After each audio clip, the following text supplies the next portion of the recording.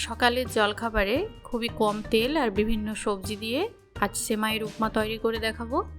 School বা অফিসের টিফিনে বানিয়ে দিতে পারেন, খেতে ভীষণই হেলদি অ্যান্ড টেস্টি হয়।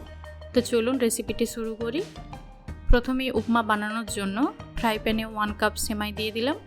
গ্যাসের ফ্লেম মিডিয়ামে রেখে 2 থেকে 3 মিনিট সময় নিয়ে ভেজে নিচ্ছি। এবারে 2 কাপ মতো জল গরম করে নিচ্ছি হাই হিটে। জলে বয়েল এলে 1/2 টিস্পুন লবণ দিয়ে দিলাম।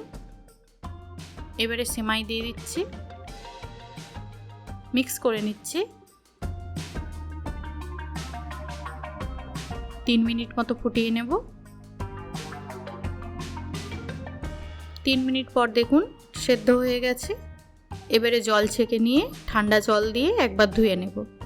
এরপর ফ্রাই প্যানে দিয়ে দিলাম 2 টেবিল স্পুন তেল ভালো মতো গরম করে ফোড়নে দিয়ে দিলাম জিরা 1/2 টিস্পুন, 1/2 টিস্পুন সর্ষে, কারি পাতা 6 থেকে 7টি আর কাঁচা লঙ্কা 1টি, সাথে পেঁয়াজ দিয়ে দিলাম 1/4 কাপ। 2 থেকে 3 মিনিট পেঁয়াজটিকে ভেজে নিচ্ছি। 3 মিনিট পর দিয়ে দিচ্ছি গাজর কুচি 1/4 cup, beans 1/4 cup, capsicum 1/4 cup আর টমেটো 1/2 কাপ, সাথে পরিমাণ মতো লবণ দিয়ে দিলাম। সবজিগুলি ভালো করে ভেজে নেব 3 মিনিট মতো। এখানে আপনারা নিজেদের পছন্দ মতো সবজি দিতে পারেন। এবারে 3 মিনিট পর দিয়ে দিচ্ছি 1 পিঞ্চ গোলমরিচ আর 1 পিঞ্চ হলুদ।